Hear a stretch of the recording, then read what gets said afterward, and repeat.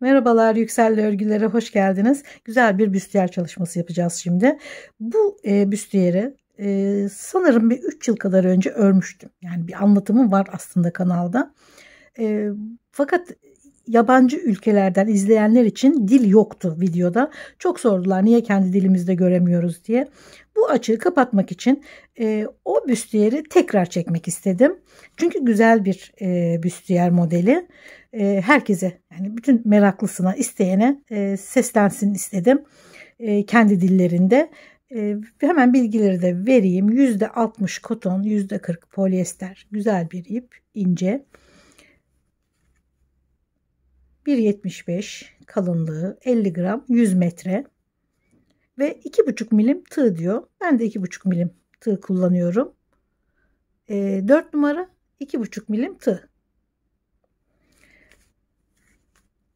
Biraz yumuşak olanlarından seçin. Şimdi aynı marka olması gerekmiyor. Bu bir reklam da değil zaten. Herhangi bir markanın böyle pamuklu ipleri, ki çok fazla var. Yani bunu bulamazsanız bir başkası var. Şimdi çok fazla miktarda olduğu için mutlaka birkaç tanesine denk gelirsiniz.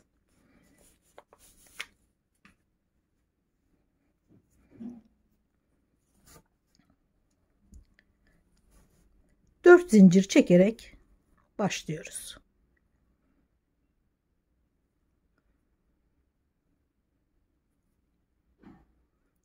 Bir, iki, üç, dört. İlk zincire ilmek kaydırarak bağlıyorum. 3 zincir. Bu bir trabzan oluyor. Yuvarlağın içine 6 tane trabzan örüyoruz. 2,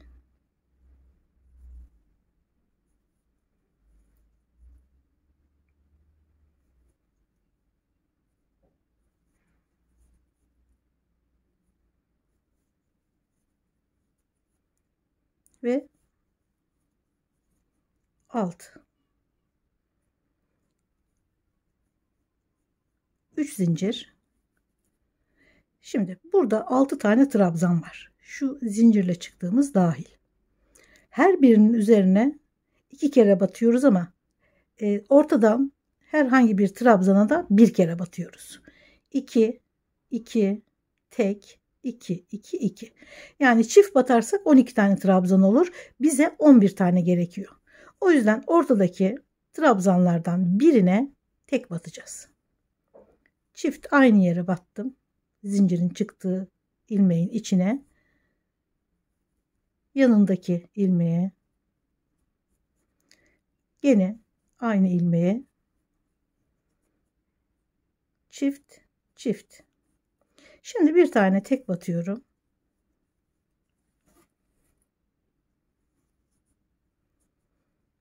Diğerlerine çift. Aynı ilmeğin içine, yanındakine,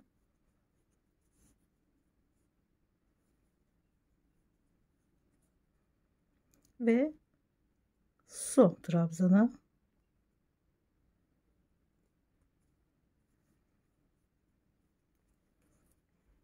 aynı ilmeğin içine,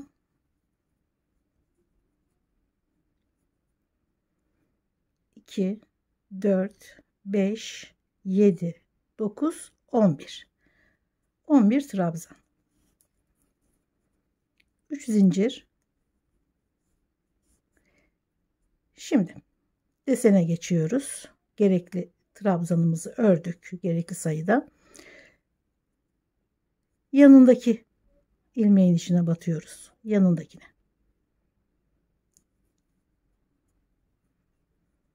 Aynı ilmeğin içine bir tane daha. Bir zincir. Gene aynı ilmeğin içine 2 trabzan daha.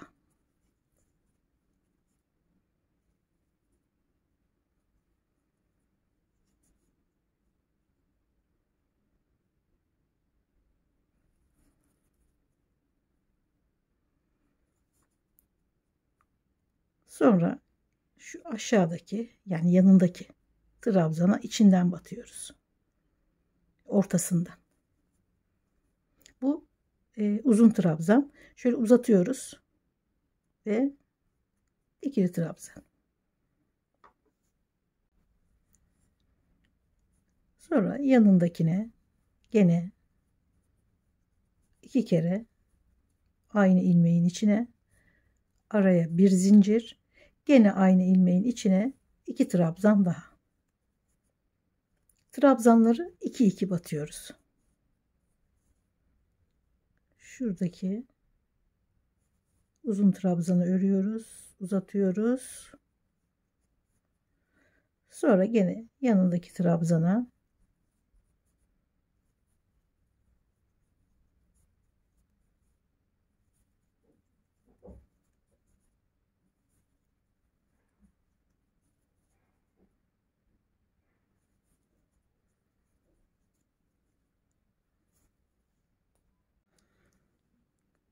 bir trabzanla bitiriyoruz.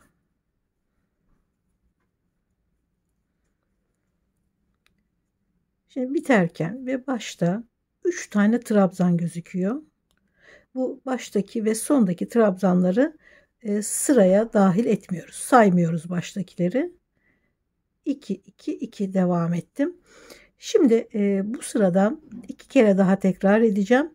Toplam 3 sıra olacak.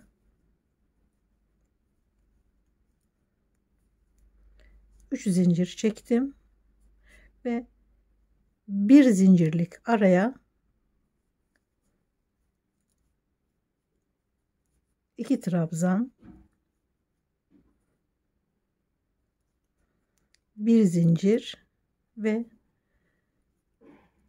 2 trabzan.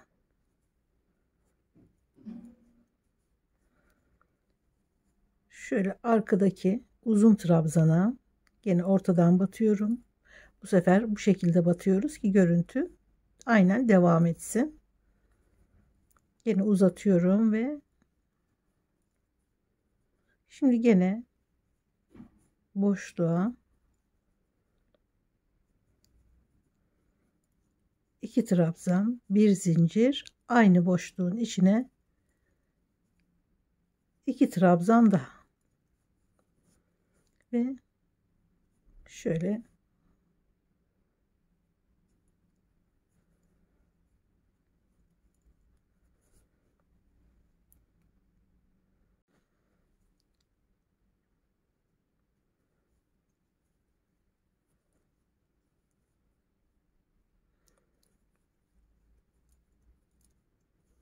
üç zincir. Şimdi gene şu bir zincirlik boşluklara devam ediyorum. Aynı iki sırayı ördüğüm gibi. 3 sıradan sonra bu iki kere battığımız trabzanları 3 kereye çıkartacağız. Biraz bir arttırma yapacağız.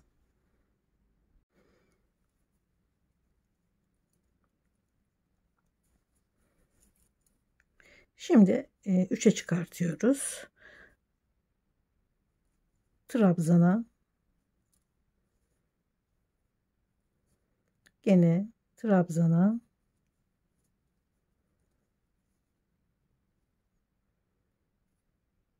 ve boşluğa bir zincir, gene boşluğun içine bir tane, yanındaki trabzana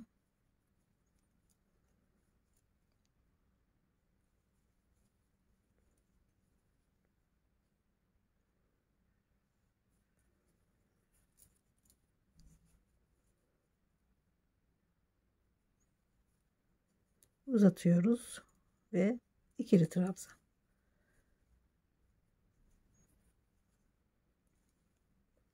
Pardon. Trabzana,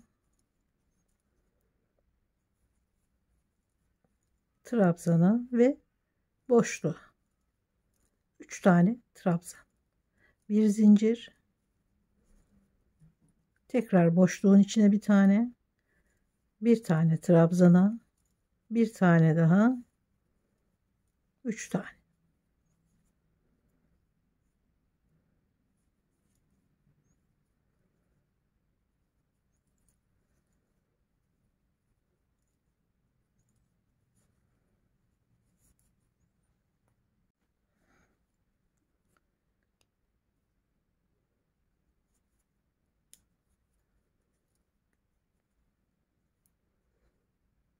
3 battık bu sefer. Şöyle göstereyim. Ama başlarda 4 tane trabzanın gözükmesi normal. Çünkü şuradaki kenar trabzanları saymıyoruz. Gene 3 zincir,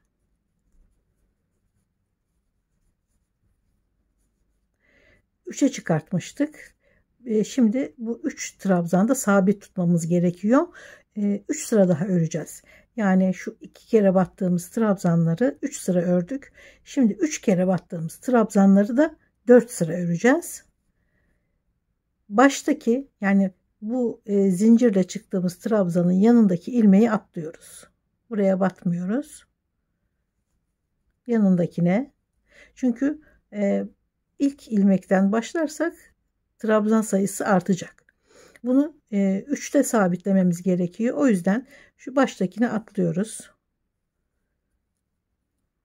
2 ve ortaya 3. Bir zincir. Yine boşluğa bir tane. 2 ve 3. Sondaki trabzanı atlıyoruz. Şu ilmekleri atlayarak 3 trabzanda devam ediyoruz.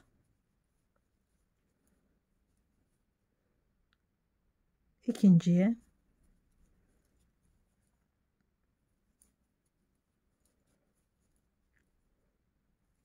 boşluğa bir tane, bir zincir, boşluğa bir tane daha.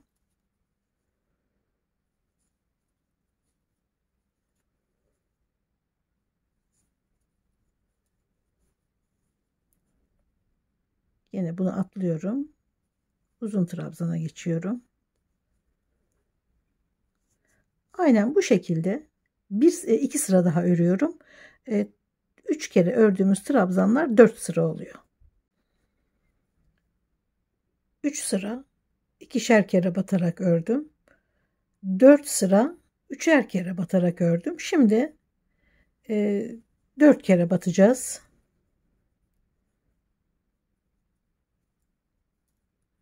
3 zincir,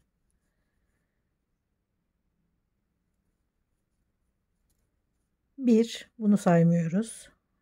Zincire çıktığımız trabzanı saymıyoruz. 2,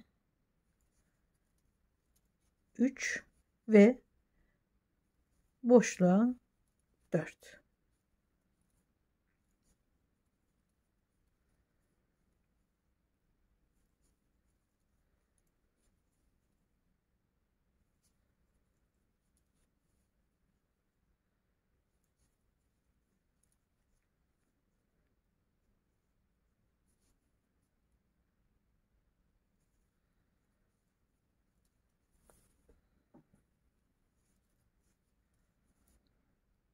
Üç trabzanın üzerine bir boşluğa 4.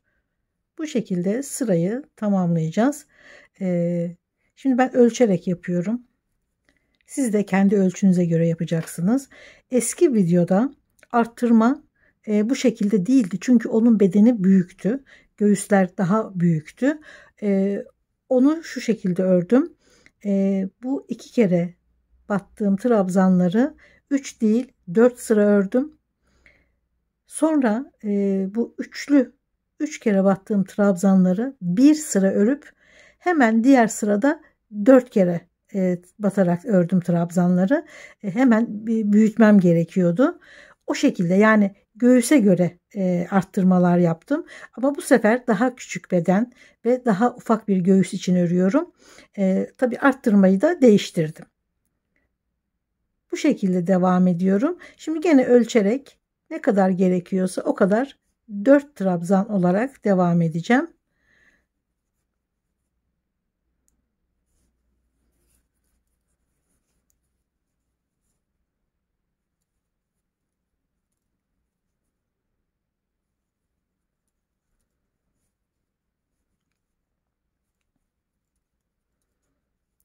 Bir de ortaya 4. Bir zincir, gene ortaya bir, trabzanlara 2, 3 ve 4.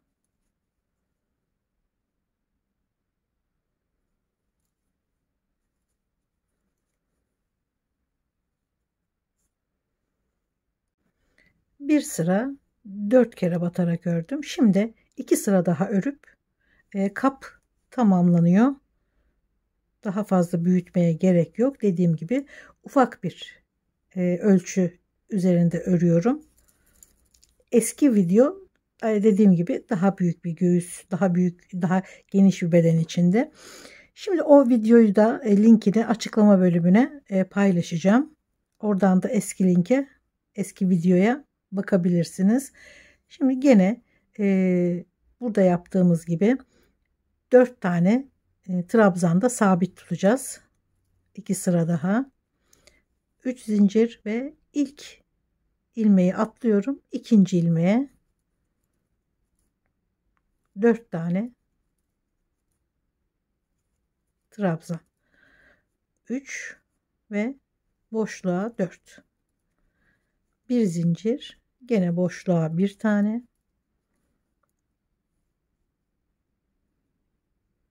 3 tane trabzanlara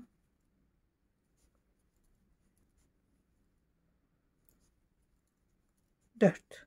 Şu sondaki ilmeği atlıyorum. Uzun trabzanı örüyorum. Aynen üçlüyü sabit tuttuğumuz gibi dörtlü trabzanı da sabit tutuyoruz. Bu şekilde bu sıradan sonra bir sıra daha örüyorum. Yani 3 sıra 2 kere batarak ördüm. 4 sıra 3 kere batarak ördüm. 3 sırada 4 kere batarak öreceğim ve tamamlanacak.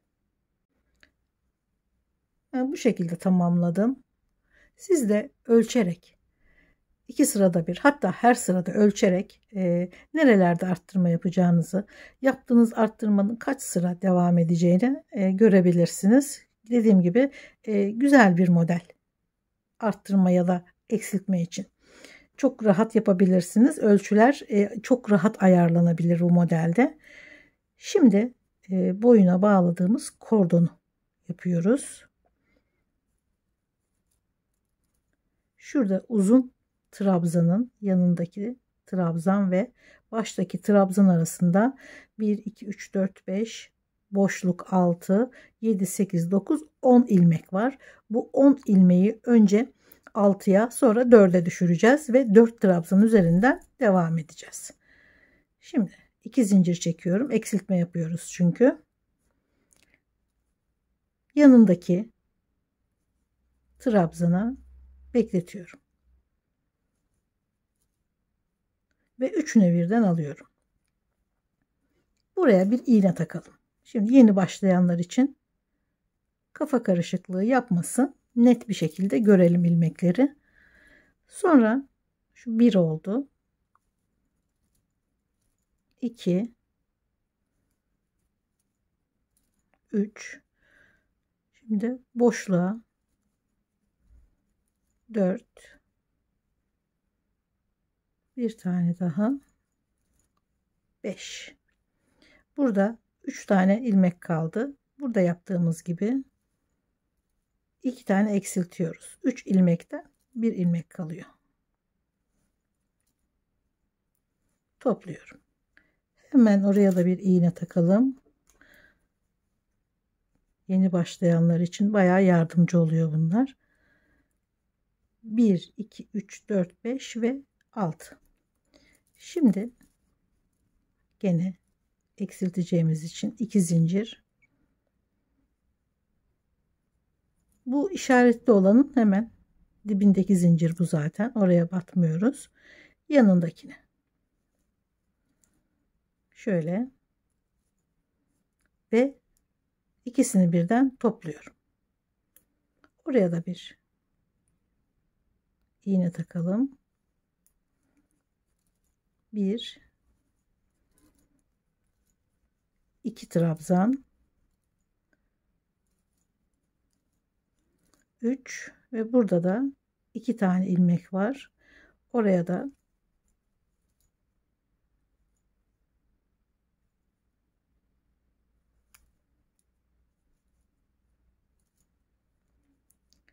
1 2 3 4 tane ilmek oldu. Şimdi 3 trabzan, artık eksiltmiyoruz. 4 tane trabzana ulaştık. Yanındakine 2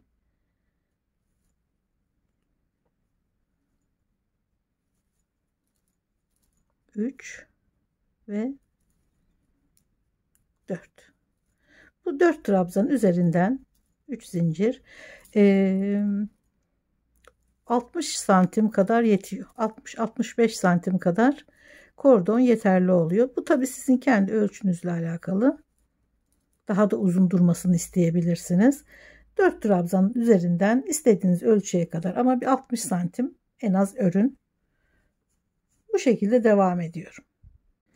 Şimdi şu kordon bittikten hemen sonra koltuk altı ve sırta dönen bölümü de ördüm. Karşılığını da örüp hazırladıktan sonra şöyle burada yaptığımız örgüyü şurada kabı bitiriyoruz. İpi kestikten sonra şuraya takıyoruz ipi ve buradan kordonu örüyoruz. Şimdi buradaki örgüyü buraya da örelim. Şöyle göstereyim. Kordonun başladığı sıra şurası. Burası ve şurası arasında 26 tane trabzan örüyoruz. 6 trabzan örmüştük. Sonra 11 trabzana arttırmıştık. Bu 11 trabzanın hizasına hemen bağlıyoruz ipi ve aralara bir boşluğa, bir örgüye, bir boşluğa, bir örgüye arada çift batarak 26 trabzana tamamlıyoruz.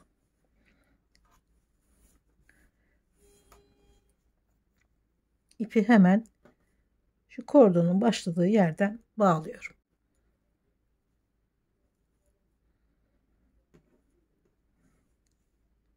Şu hiza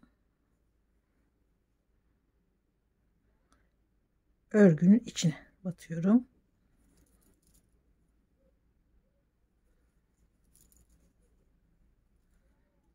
Bir, iki, üç zincir.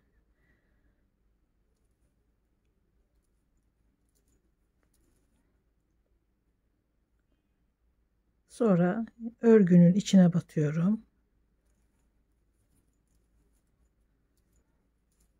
Boşluğa, gene örgünün içine, boşluğa, arada çift batıyorum. 26 tane trabzanı tamamlamak için boşluğa. Şimdi çift batayım bir tane. Toplam 26 trabzanı tamamlamak için. Şimdi şöyle araya, yani örgüye derken şu iki sıranın arasına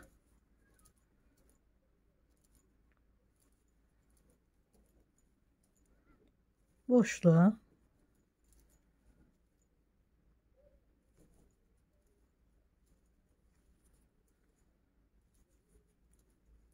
gene çift batalım.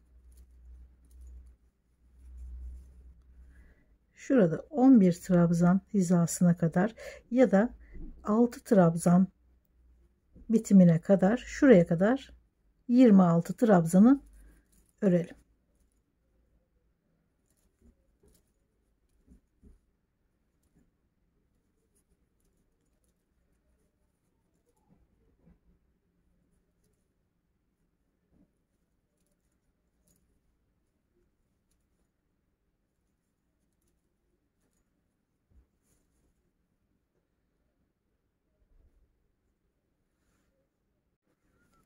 Yirmi beş ve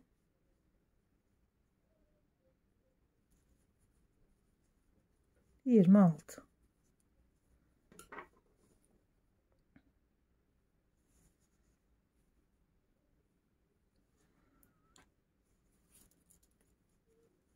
Üç zincir dönüyoruz. aynen trabzanların üzerine trabzan örerek aynı sayıda 5 sıra örüyoruz tamamında. 1 2 3 4 5. Sonra buna devam edeceğiz.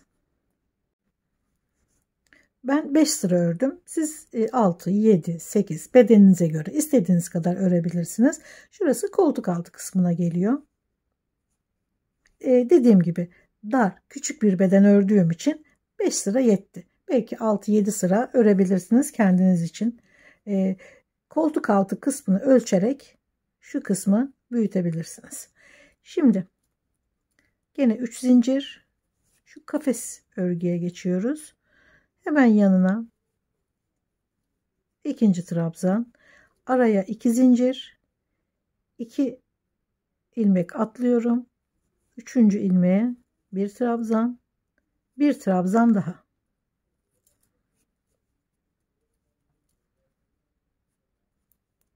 İki zincir, 2 ilmek atlıyoruz.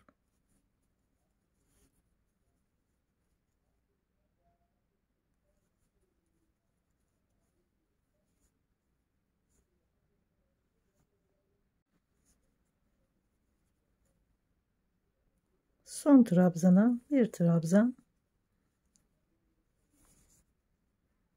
1 2 3 4 5 6 7 tane 2 2 trabzan örüyoruz. Aynen devam ediyoruz üzerine. 3 zincir, trabzan üzerine trabzan, zincir üzerine zincir,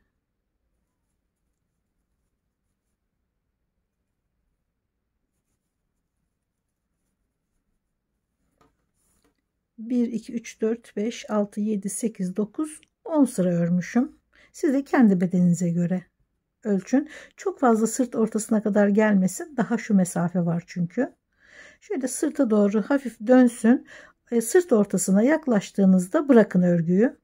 Şurası için de bir mesafe gerekiyor. Şimdi şuradaki eksilen kısmı örüyoruz. Hemen ilk sırada eksiltmeye başlayalım. 2 zincir çekiyoruz. Eksilteceğiz çünkü. Yanındaki trabzana boşluğa topluyoruz.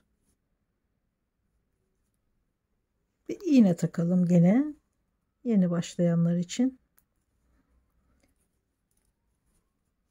Doluyorum. Burada 2 zincir var arada ama bir kere batıyoruz şimdi. Hem burada eksiltiyoruz hem başta eksiltiyoruz. Şimdi ortaya boşluğa bir kere battık. Trabzana geçiyoruz. Buraları normal örüyorum ve boşluğa bir kere.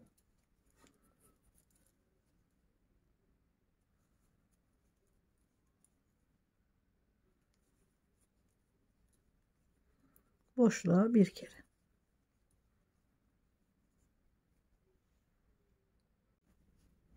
Şimdi eksiltiyoruz gene. Boşluğa bir, 2 tane trabzan, 3 ilmek. Önce boşluğa, sonra trabzana, sonra en sondaki trabzana ve topluyoruz. Buraya da bir işaret alalım. 2 zincir. Şimdi gene eksiltmeye devam edeceğiz. Bu ilmek zaten şu zincirin çıktığı ilmek. Onun yanına batıyoruz. Yanına batıyoruz ve topluyoruz.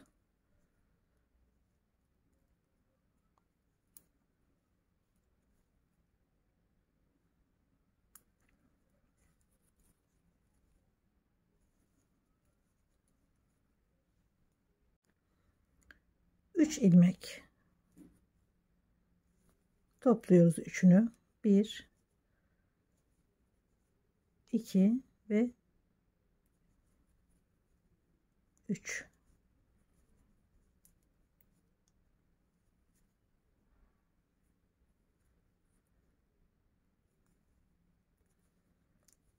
Gene 2 zincir. Şurası batacağımız bir ilmek değil. Zincirin çıktığı ilk ilmek. Tabii ki orayı atlıyoruz. Zaten var 2 zincirle. Yanındakine topluyoruz.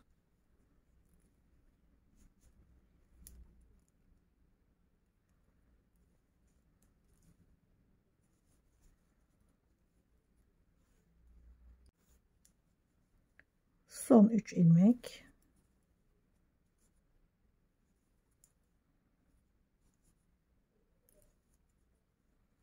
Topluyoruz.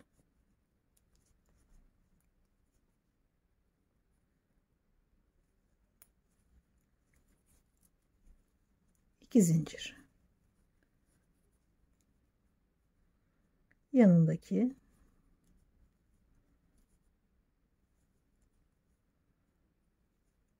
gene topladık.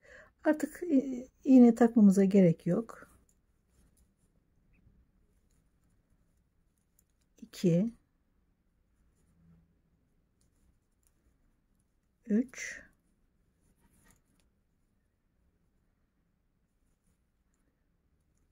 bekletiyoruz. Ve topluyoruz. 1 2 3 4 ilmek kaldı. Gene 4 ilmek üzerinden kordon örüyoruz. Şu 30 santim kadar yeterli. 30-35 santim kadar yeterli. Tabi daha uzun durmasını istiyorsanız daha uzun örün. Şimdi şu araya ufak bir üçgen öreceğiz.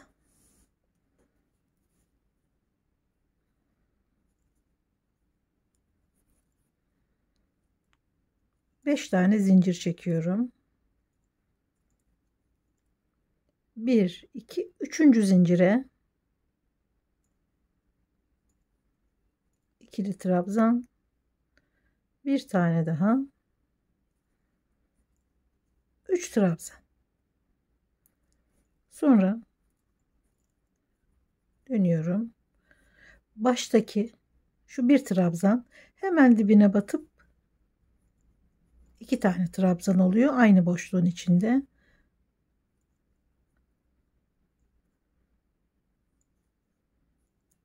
Ortaya bir tek trabzan, sonra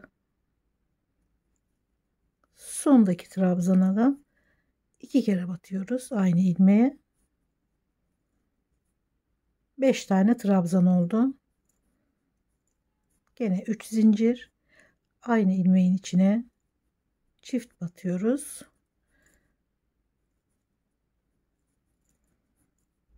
Yanına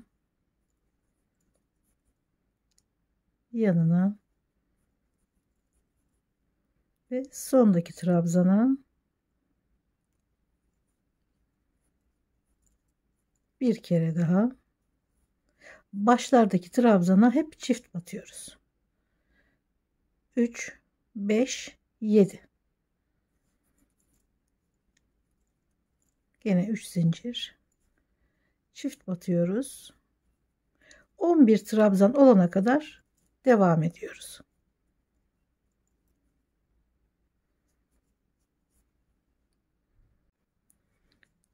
Trabzan, 5 sıra. Şimdi bu üçgeni şöyle dikiyoruz. Biraz ip bırakıyoruz. Bir iğne yardımıyla şöyle dikip yerleştiriyoruz. Son sıranın bir altından. Şöyle. Son sıranın hemen bir altından şuradan itibaren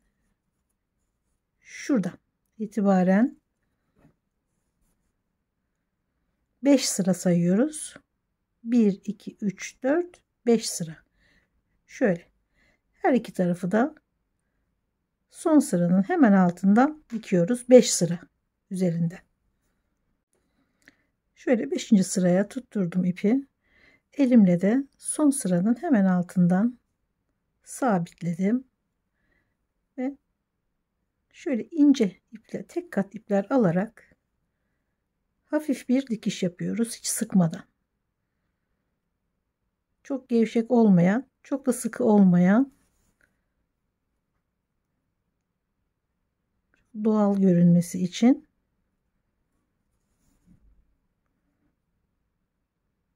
tek kat iplerle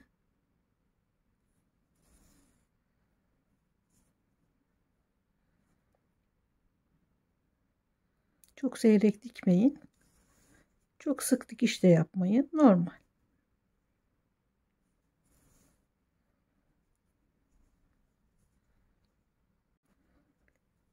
Son sıranın hemen altından birleştiriyoruz.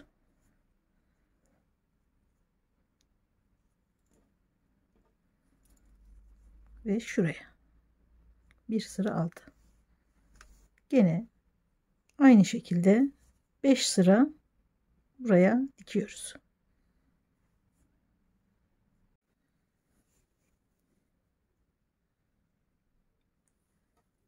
Şimdi bu büstiyerin alt kısmı. Üçgeni ufak yaptık. Şuraya kadar sıfırlayacağız. Çünkü dümdüz olması gerekiyor alt kısmı. Kenar deseni öreceğiz oraya da. Şu kısmı sıfırlayana kadar bir A örgüsü yapacağız. Yani file örgüsü.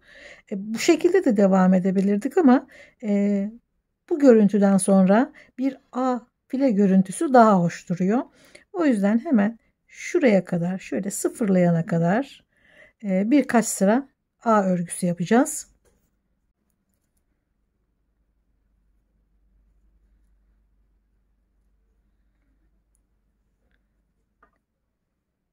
Şu hizanın bir sıra üstüne.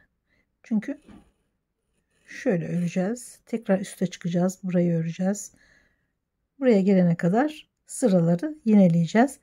O yüzden bu hizanın bir sıra üstünden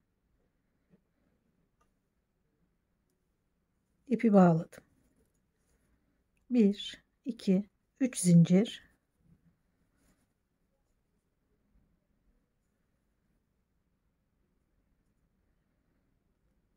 Hemen şuraya bu şekilde gene 3 zincir, 2 tane atlayıp 3. ilmeğe bir sık iğne, 3 zincir, 2 ilmek atlıyoruz. Üçüncüye gene sık iğne,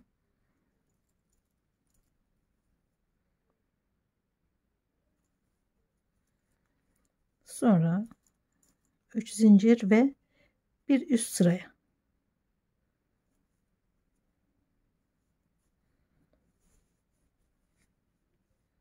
İlk sırayı ördük.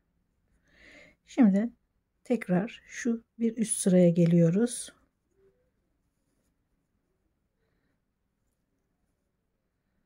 Bir tane daha örelim. Tam denk gelsin ve örgünün içine de batıyorum. Şimdi 3 zincir dönüyorum. Şöyle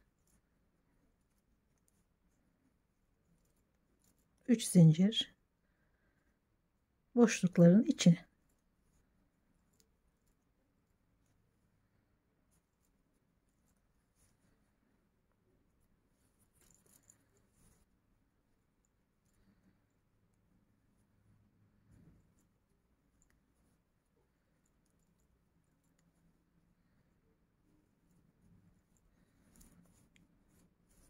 Şimdi bir sıra üste çıkacağız ama önce sırayı, ördüğümüz sırayı şuraya bağlayalım. Bir üst sıraya.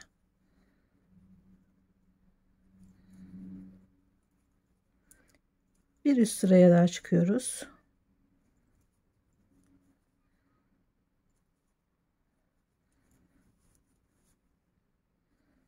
Çeviriyorum.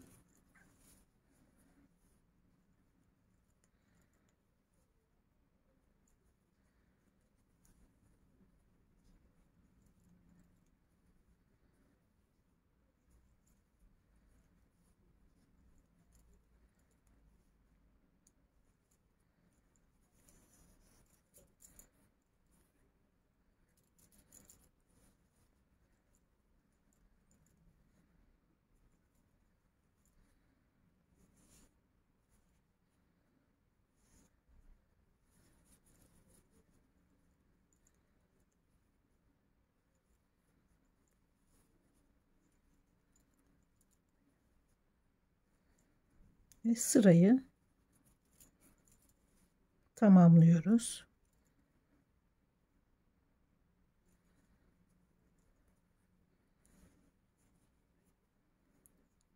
Bir, iki, üç. Bir sıra daha örelim. Şimdi şuraya kadar geliyoruz. Ve bu örgünün içine de bir tane dönüyoruz. 3 zincir boşluğa.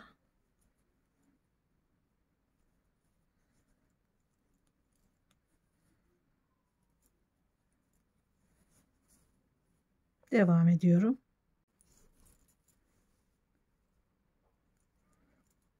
3 zincir ve sırayı bağlıyorum. Bu şekilde alt kısmı, şurayı, şuradaki boşluğu file deseniyle aynı hizaya getirdik. Kapların en alt ucuyla ortadaki desenin hizası aynı. Devam ediyor dümdüz bir şekilde. Bunu tabii ki tamamını sık iğne de yapabilirdik ama sık iğneden sonra şöyle bir file görüntüsü daha güzel duruyor. Siz isterseniz tamamını sık iğne de, yani şu şekilde de yapabilirsiniz. Şu kafes örgüden şu kafes örgünün bitimine kadar file örgüsü öreceğiz bir sıra. Bu 3 zincirliydi. Şimdi öreceğimiz 5 zincirli.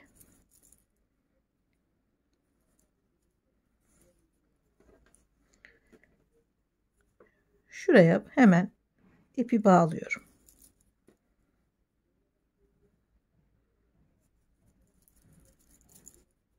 Ve 30 tane A örgüyü buraya belirli aralıklarla örüyorum.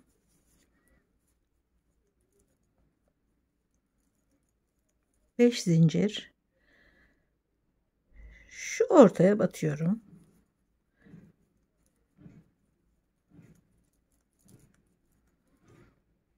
Şuraya sıranın hizasına, örgünün içine batıyorum.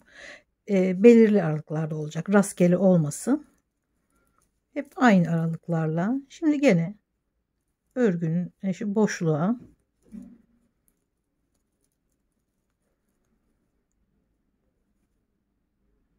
örgünün içine,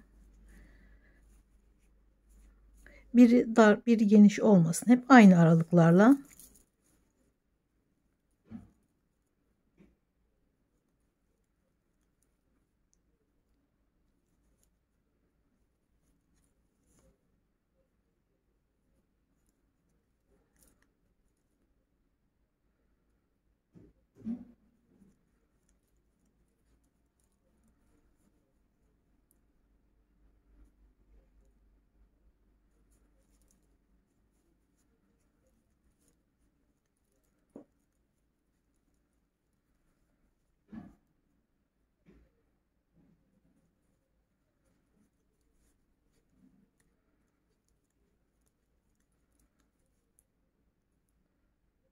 bu şekilde, bu aralıklar yeterli. Buraya gelene kadar 30 tane bu şekilde file örgü olması gerekiyor. Bu 30 tane file örgünün üzerine deseni kuruyoruz.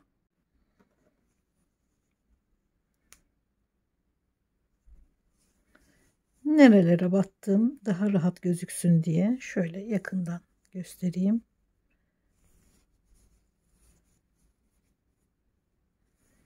Otuz tane file örgüyü yerleştirdik. Şimdi sıra başına geliyorum.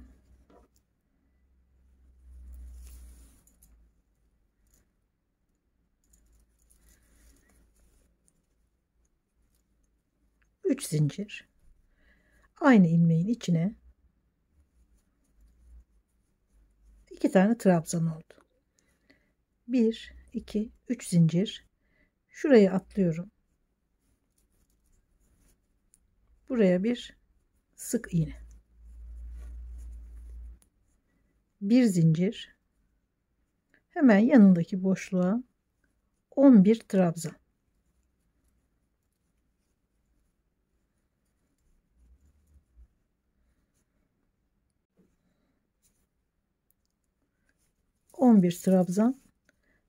bir zincir, yanındaki boşluğa bir sık iğne,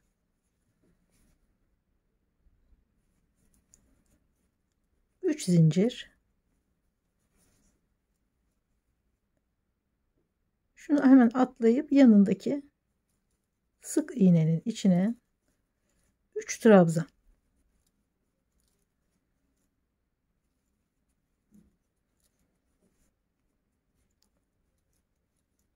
3 zincir,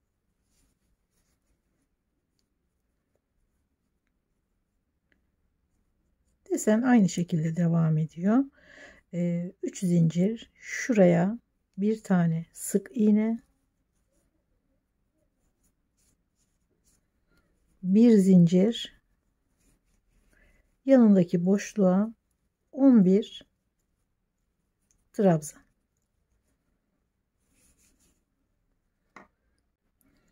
11 trabzan, bir zincir, yanındaki boşluğa bir sık iğne,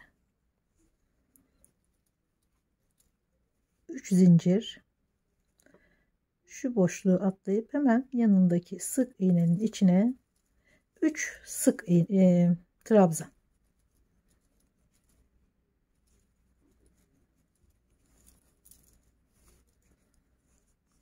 gene 3 zincir, gene burayı atlıyoruz, şu boşluğun içine bir tane sık iğne, şuraları atlıyoruz örerken, bir zincir ve 11 trabzan,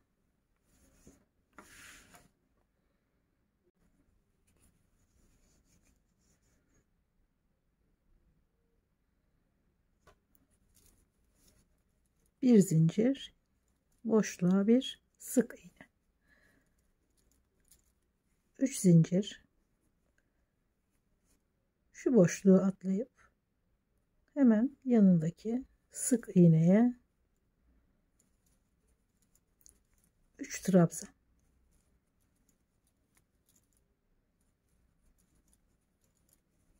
3 zincir, bu boşluğu atlıyoruz, diğer boşluğa sık iğne, bir zincir ve yanındaki boşluğa 11 trabzan. Sırayı bu şekilde tamamlıyoruz. Sıranın sonunda sıraya başlarken yaptığımız gibi 3 zincir ve 2 trabzanla bitiriyoruz.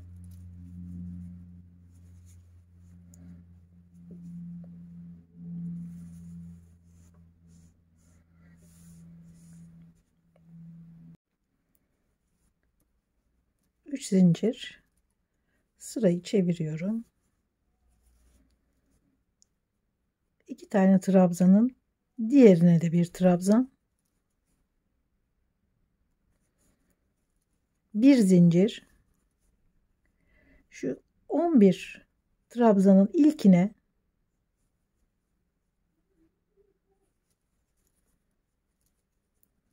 bir trabzan, bir zincir, yanındakine 11 trabzanın her birine bir trabzan ve aralara birer zincir.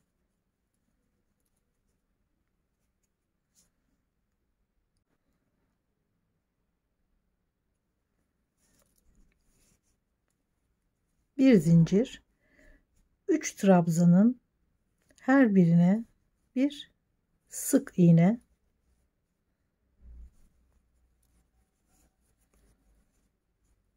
bir zincir ve ilk trabzana gene bir trabzan, bir zincir, 11 tane.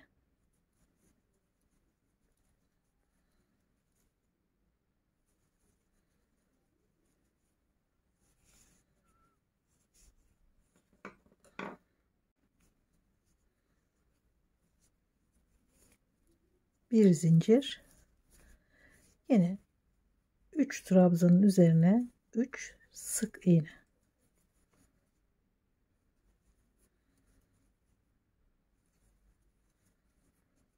Bir zincir, gene 11 trabzan, aralara bir zincir. Sıra bu şekilde devam ediyor.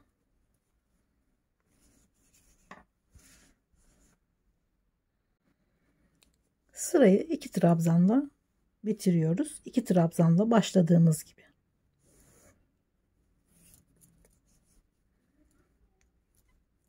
Üç zincir çeviriyorum. Hemen yanına bir trabzan. Bir zincir.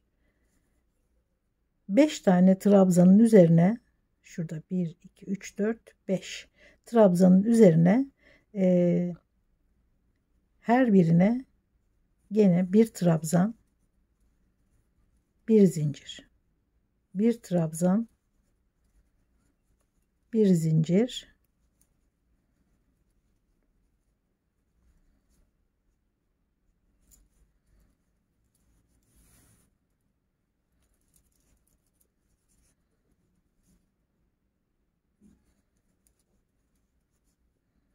iki dört beş. Şimdi gene bir zincir, tam ortadaki trabzan bu. Bunun içine gene bir trabzan, bir zincir, aynı ilmeğin içine bir kere daha batıyoruz.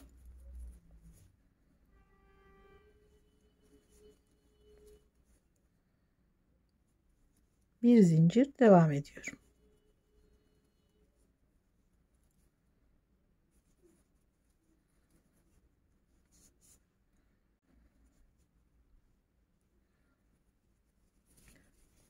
Burada 3 trabzanın üzerine 3 sık iğne örmüştük. Araya bir zincir, 3 sık iğnenin ortasına bağlıyoruz. Bir zincir, aynı örgüyü tekrarlıyoruz. Her trabzanın üzerine bir trabzan, bir zincir olarak ortadakine de çift batarak sırayı bu şekilde tamamlıyoruz. Sırayı gene bir zincir, 2 trabzanla bitirdim. Tekrar sıra başına 2 trabzanla döndüm.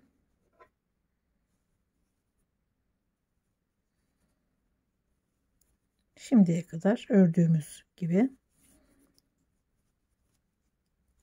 1 2 3 zincir, 1 2 3. trabzanın üzerine bir sık iğne. Şimdi 5 zincir, bir tane atlıyoruz diğerine. Şuradaki çift battığımız ikili trabzanın yanına. Şimdi buraya batıyoruz. Bu ortada kalıyor. Gene 5 tane.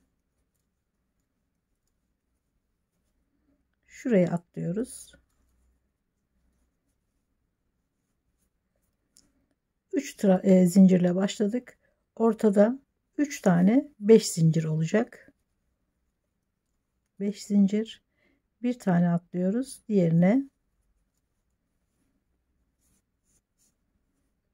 3 zincir, 5 zincir, 5 zincir, 5 zincir. Şimdi 3 zincir çekiyoruz. Şurada sık iğne vardı ortada. Onun üzerine bir tane trabzan. 3 zincir. 1 2 3. trabzana bir sık iğne. Burayı ördüğümüz gibi. Sonra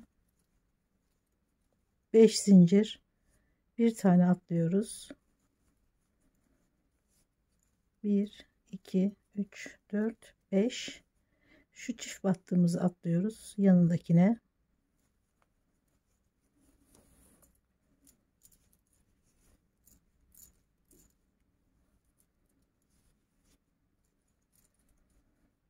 Bir tane atlıyoruz diğerine.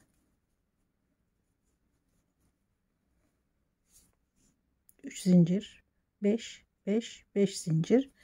Şimdi gene 3 zincir ve sık iğnenin üzerine bir trabzan. 3 zincir ve gene deseni takip ederek sırayı tamamlıyoruz. Sırayı gene 2 trabzanla bitiriyorum. Gene 2 trabzanla başlıyoruz.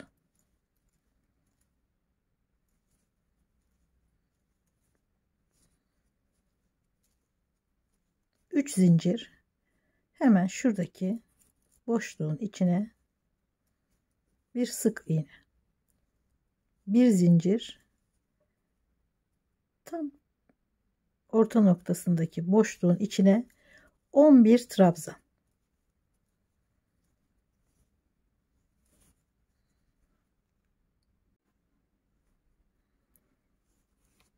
Gene bir zincir, yanındaki boşluğa bir sık iğne, 3 zincir, şurada bir trabzan vardı, hemen üzerine 3 trabzan.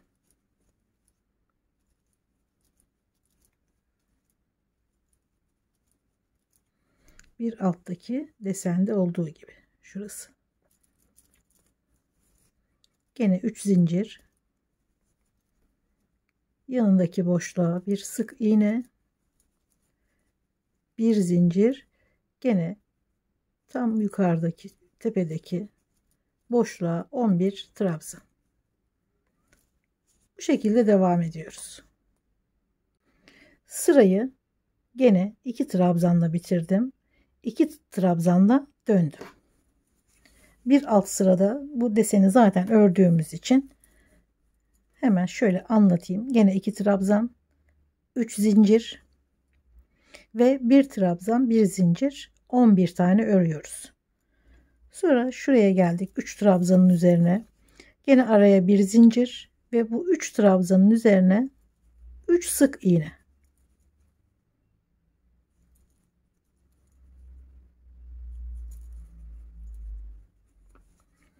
Şurada örmüştük aynısını.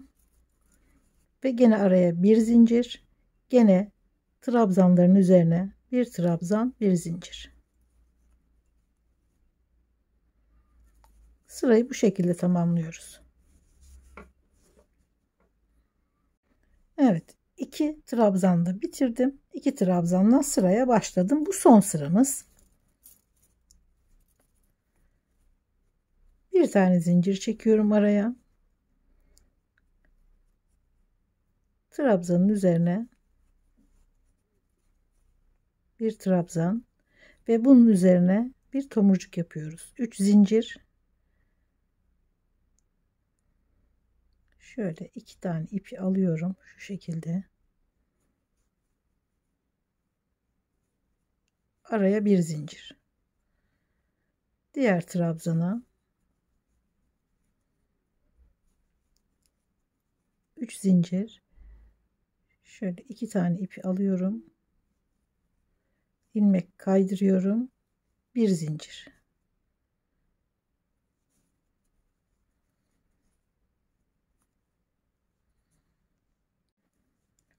Bir tane ördüm. Şimdi araya bir zincir. Şurada 3 tane sık iğnenin ortasına bir sık iğne, bir zincir ve gene tomurcuklu trabzanları örüyorum. Bir zincir araya.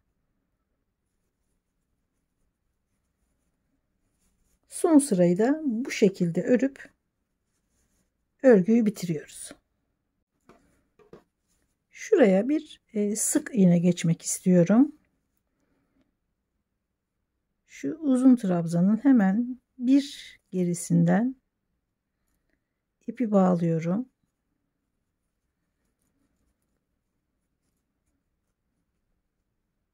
Ve hemen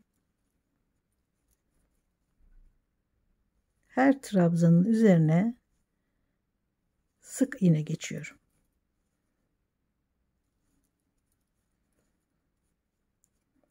Biraz daha toplaması gerekiyor yakayı. Şu ortaya bir tane ve trabzanların üzerine bir tane sık iğne.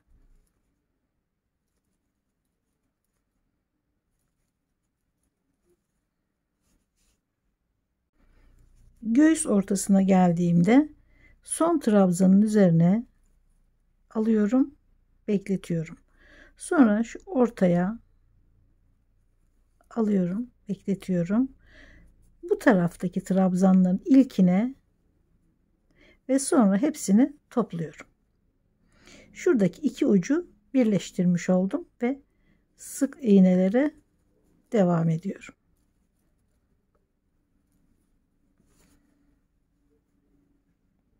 Evet, örgüyü bitirdim. Çok şık, çok güzel. Gerçekten hem kolay, zevkle örülebilecek bir model, hem de çok kolay. Yeni başlayanlar için de gayet rahat örebilir, hiç zorlanmadan. Umarım beğenmişsinizdir. Gerçi bu modeli ikinci örüşüm. Dediğim gibi ötekinde yabancı dil olmadığı için çok sordular, niye kendi dilimizde göremiyoruz diye. Onu umarım telafi etmişimdir. Videolarımı beğeniyorsanız ve bundan sonrakileri de izlemek isterseniz beğenmeyi ve abone olmayı lütfen unutmayın. Görüşmek üzere, sağlıkla kalın.